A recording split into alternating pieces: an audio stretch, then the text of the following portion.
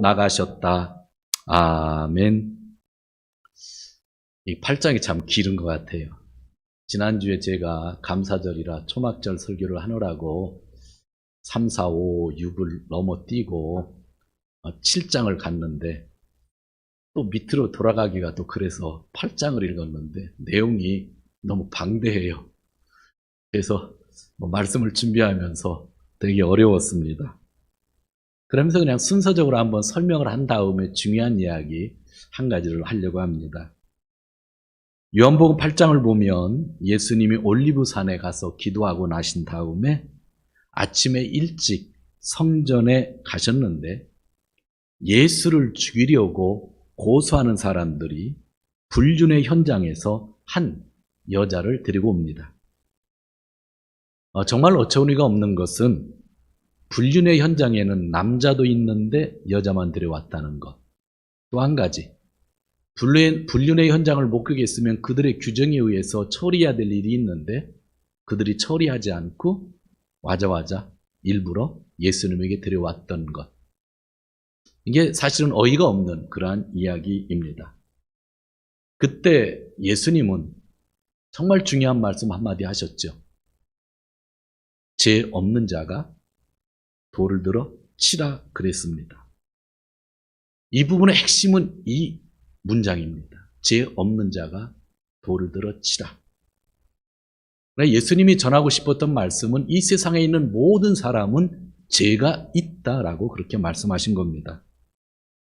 그리고 예수님이 그 다음 단락에 가셔서 나는 세상의 빛이다 하시면서 나는 생명의 빛, 생명의 빛이라 하셨습니다. 그랬더니 바리새파 사람들이 스스로가 자기를 증거하는 것은 옳지 않다 이야기하니까 예수님이 아버지가 나를 증거해 준다 그렇게 말씀을 했던 것입니다. 오늘 주목해야 될 단어는 두 가지입니다. 죄라는 것, 하나는 생명이라는 것. 이 두 가지 단어를 주목하고 8장 전체를 봐야만 중요한 메시지를 우리가 얻을 수 있기 때문입니다. 예수께서 다시 말씀하셨습니다. 너희는 죄 가운데 죽을 것이다. 그리고 내가 가는 길에 너희가 올 수 없다. 그런 거예요. 우리는 이게 무슨 뜻인지 아는데 그 옆에 있었던 사람들은 무슨 뜻인지 몰라서 이렇게 얘기합니다. 저 예수란 사람이 자살을 하구나. 자살하나. 그래서 우리가 못 간다고 하나. 그렇게 얘기했다고 성경에 쓰여져 있습니다. 그때 예수님이 분명히 말씀하시죠. 내가 곧 나임을 믿지 않으면 너희는 죄 가운데서 죽을 것이다. 내가 곧 나라는 것을 믿지 않으면 너희가 죽는다 하신 겁니다. 이 말씀은 너희가 죽으라는 뜻이 아니라 너희 죄의 문제를 해결하라는 뜻이죠. 내가 곧 나. 제가 여러분들에게 성경을 읽으라는 이유가 바로 이런 데 있는 겁니다. 내가 곧 나. 출애굽기 3장을 보면 모세가 하나님을 만났을 때 하나님께서 이름을 가르쳐 주셨습니다. 여호와라는 이름을 가르쳐 주셨는데 그때 표현이 내가 곧 나입니다. 여호와라는 뜻이 내가 곧 나. 한국말 옛날 성경에 스스로 있는 자라고 번역했죠. 그러니까 오늘 예수님이 요한복음에서 내가 곧 나라고 하는 것을 이야기했을 때 사람들은 이미 출애굽 성경을 알고 있기 때문에 왜 하나님이라고 그래? 그런 얘기를 서로 할 수 있는 겁니다. 그래서 예수님이 얘기하는 것은 내가 하나님이기 때문에 나를 믿으면 영원히 죽지 않는다고 성경에서 말씀하신 것입니다. 그리고 예수님은 계속 중요한 단어 한 가지를 쓰십니다. 그것이 자유입니다. 그래서 너희가 내 안에 있으면 진리가 너희를 자유하게 하리라. 자유롭게 하리라. 이 자유라는 단어를 들은 유대인들이 갑자기 이상하게 생각하고 질문을 합니다. 우리는 아브라함의 자손이기 때문에 아무에게도 종 노릇한 일이 없는데 자유는 무슨 자유냐? 그러는 겁니다. 거기 있던 유대인들이 만약 한국 사람이었다고 한다면 이런 표현을 쓸 겁니다. 자유는 개뿔 무슨 자유야. 그런 얘기죠. 좋지 않은 용어지만. 아브라함의 자손인데 우리는 쟤의 종으로, 남의 종으로 살은 적이 없는데 왜 자유냐라고 하는 거죠. 마음이 한번 삐뚤어지면 중요한 이야기를 들어도 깨닫지 못하는 것 같습니다. 유대인들은 아브라함의 자손이라고 하는 자부심이 있었습니다. 우리가 생각하는 정도의 자부심이 아니라 그 이상이에요. 자기들만이 유일하게 세계 속에서 선택받은 사람들이라는 표현이에요. 내가 최고라는 겁니다. 그러나 여러분, 우리가 성경을 통해서 아브라함의 자손이라는 사람들이 그동안 어떻게 살아왔는지 잘 아시잖아요. 이집트에서 종노릇했죠. 사사시대의 수많은 나라의 공격을 받아 종노릇했던 적이 있었죠.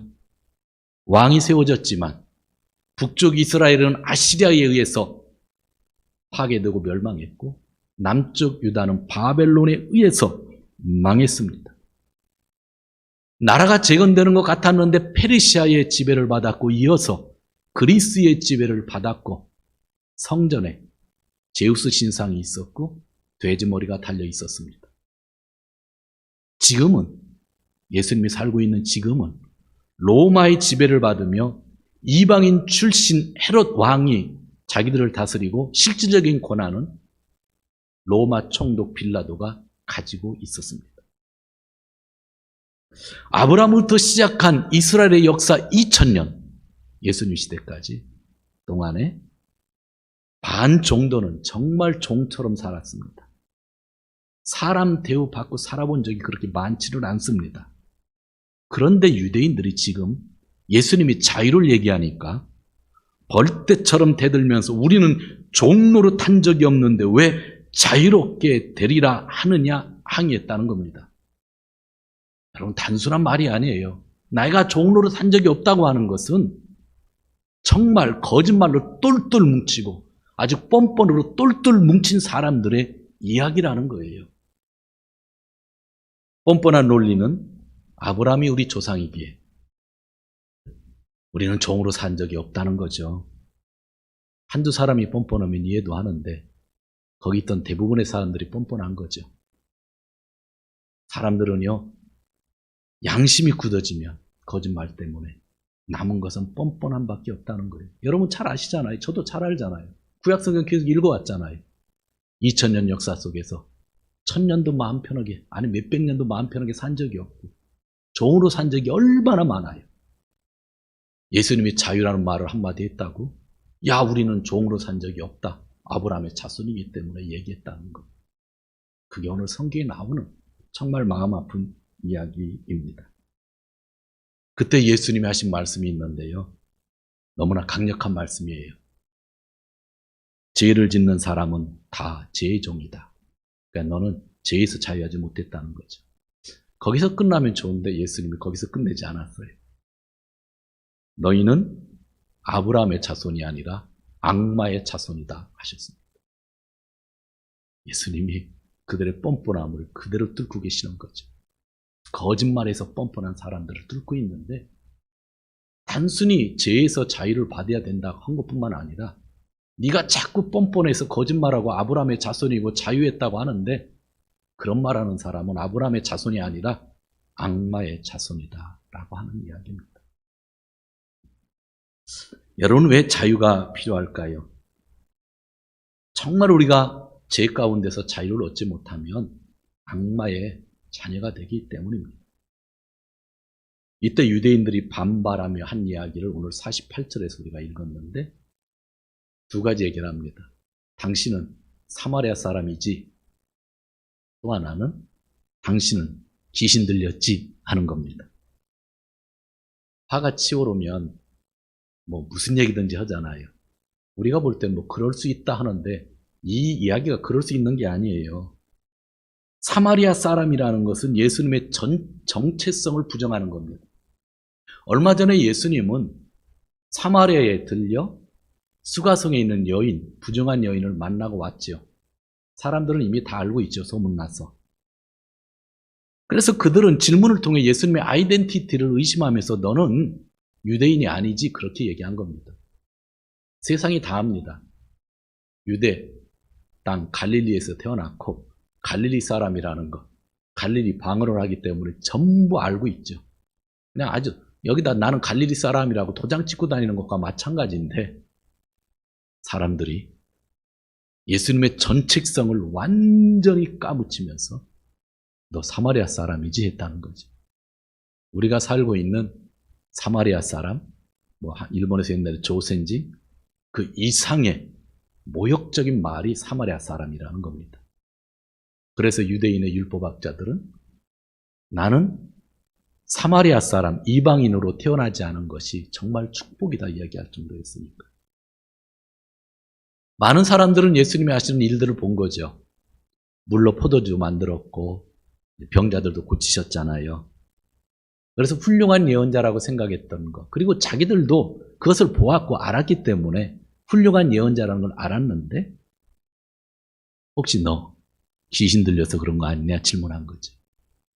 그 말은 예수님을 인정하기 싫다는 거죠. 성경은 이런 죄를 성령 모독죄라고 합니다. 예수님이 성령을 통해서 이루어진 일을 귀신 들렸다고 하면 성령 모독죄라고 하는 겁니다. 오늘날도 수많은 사람들이 또 어느 때는 믿음이 없는 우리들이 차별적인 발언을 일상으로 삼을 때가 있고 성령 모독하는 것을 꺼림없이 할 때가 있습니다. 제가 홀리네스 교단에 일하면서 느끼는 것은 참 이 사람들이 좋은 사람도 많은데 일부 사람들은 참 차별적이다. 어떻게 그런 차별적인 생각을 가지고 목사를 하고 있을까라는 생각을 가질 때가 있습니다. 대부분의 사람은 다 좋아요. 저희보다 훌륭한 신앙을 가지고 있는데 일부는 거침없이 차별적인 발언을 합니다. 한국인이니까 우리 일본의 규칙을 따라야 된다고 하는 그런 이야기죠. 늘 얘기하지만 일본 정부도 그런 얘기 하지 않는데 교회에서 그런 얘기를 하는 겁니다. 예수님의 반응이죠. 사마리아 사람인가? 라고 하는데 반응을 안 했어요. 당연한데 반응할 필요가 있겠어요. 귀신 들렸냐? 그랬더니 예수님은 나 귀신 안 들렸다 그런 말씀하지 않고 나는 하나님 아버지를 공경하며 그 영광만을 위해서 산다고 그랬습니다. 하나님 아버지를 위해서 사는 사람이 귀신 들릴 수 없잖아요. 그리고 예수님이 하신 중요한 말씀, 내 말을 지키는 자는 영원한 죽임을 겪지 않는다. 즉 영생한다라는 말씀을 하셨습니다. 죄와 영생에 대한 단어가 계속 나오죠. 그런데 예수님이 하신 말씀을 듣고 유대인들이 이야기합니다. 참 재미난 표현은 이제 정말 알았어. 당신 정말 귀신 들렸어. 그런 얘기를 하는 겁니다. 이런 얘기를 듣고 나서 그러니까 처음에 당신 귀신 들렸어 그랬거든요. 근데 예수님의 대답을 듣더니 주위에 있던 사람들 진짜 귀신 들렸네 했다는 겁니다. 아브라함도 죽고 예언자도 죽고 했는데 너는 영원히 죽지 않는 길이 있다고 하니 정말 귀신 들렸다 하는 겁니다. 그러면서 하는 말, 정말 지난주에 저의 마음을 뭐라고나 이렇게 혼란스럽게 만들었던 말을 그들이 했습니다. 정말 당신은 아브라함보다 위대한가? 라는 이야기를 했습니다. 귀신 들렸다는 게 맞다까지 끝내면 됐는데 그 뒤에 나오는 얘기, 너 아브라함보다 훌륭하냐? 그런 이야기를 한 겁니다. 위대하다고 생각하냐? 라고 한 겁니다. 이건 오늘날 우리가 잘 반성해야 될 그런 이야기 아닌가요? 정말 마음에 걸렸어요. 유대인들에게 있어서 아브라함은 그들의 마음의 고향인 것 같습니다. 그러기에 아브라함과 예수님을 지금 비교하고 있는 겁니다. 여러분, 아브라함이 믿음의 조상이라는 걸 우리가 알고 있지만 그도 인간이라 예수님이랑 비교할 수 없는 겁니다. 우리의 주위에 이 세상에 있는 그 어떤 누구도 여기서 설교하는 배명동 목사도 인간이기 때문에 수만 명이 모이는 교회의 목사님도 인간이기 때문에 그 어떤 누구도 우리가 믿는 하나님과 예수님과 비교할 수 없는 것인데 지금 유대인들은 아브라함과 예수님을 비교하고 있었던 겁니다. 내 생각에는 아브라함이 훌륭하기 때문에 너는 귀신 들렸다고 하는 그런 논리입니다. 사람들은 자기를 지키기 위해 자기가 존경한다는 사람을 세워놓고 비교하려는 특징을 가지고 있는데 그것이 어느 때는 우리의 일상이 되기도 합니다. 일본이 지금 정치의 계절인데 한국은 사시사철 정치의 계절이죠. 그렇죠. 만나면 정치 얘기만 하니까요. 박정희 씨와 김대중 씨를 비교하고 노무현 씨와 이명박 씨를 비교하고 최근에는 박근혜 씨와 문재인 씨를 비교합니다. 지금은 문재인 씨가 한국의 대통령입니다. 문 대통령에 대하여 우리가 생각할 때 중요한 것은 자기가 좋아하는 사람이든지 자기가 싫어하는 사람과 지금의 대통령을 비교하는 것은 좋지 않다는 겁니다. 이 사람이 정말 대통령의 일을 하고 있는가 살펴봐야 되죠. 그리고 중요한 건 이 사람이 정말 신앙인으로 내가 볼 때 성경 말씀에 합당한 일을 하고 있는가. 우리 신앙인은 특별히 거기다 한 가지 추가해서 볼 수 있어야 되죠. 그런데 지금의 대통령을 내가 좋아하는 사람이랑 비교하고 내가 싫어하는 사람이랑 비교한다고 하면 그건 우리 신앙인이 해야 될 일이 아니라는 겁니다. 우리의 기준은 캐논, 하나님 말씀밖에 없는 겁니다.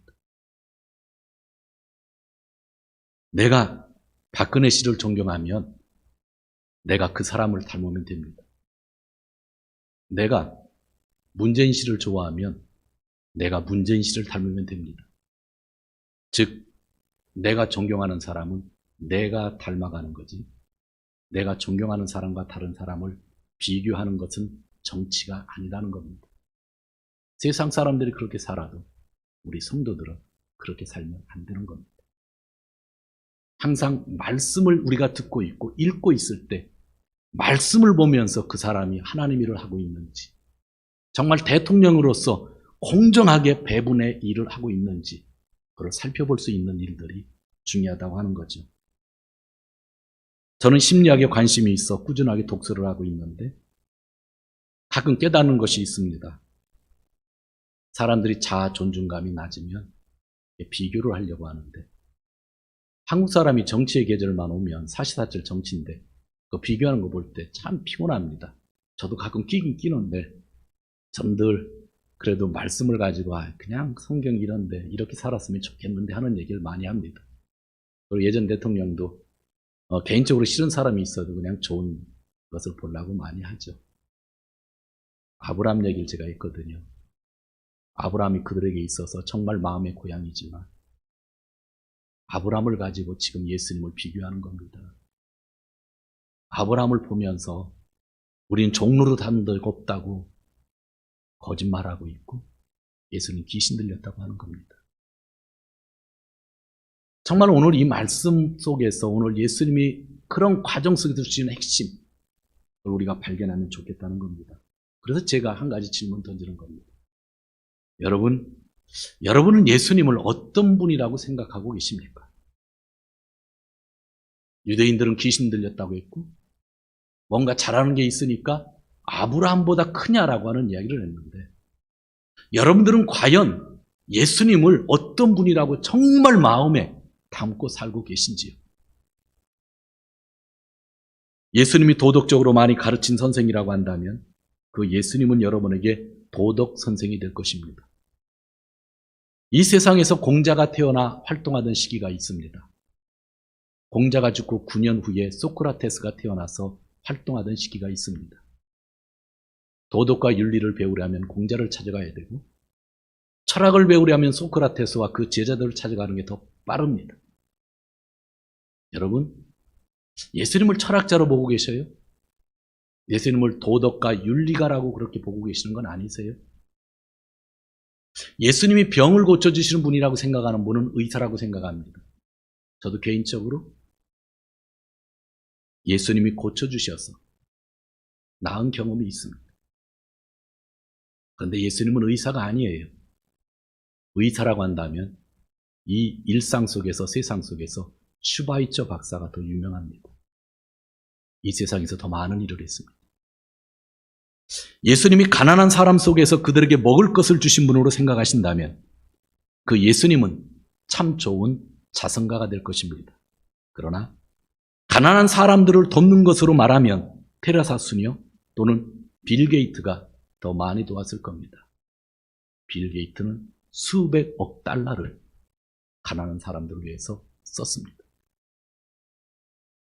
사랑하는 성도 여러분, 공자, 소크라테스, 슈바이처, 테레사, 빌 게이트 등도 훌륭한 일을 많이 했습니다.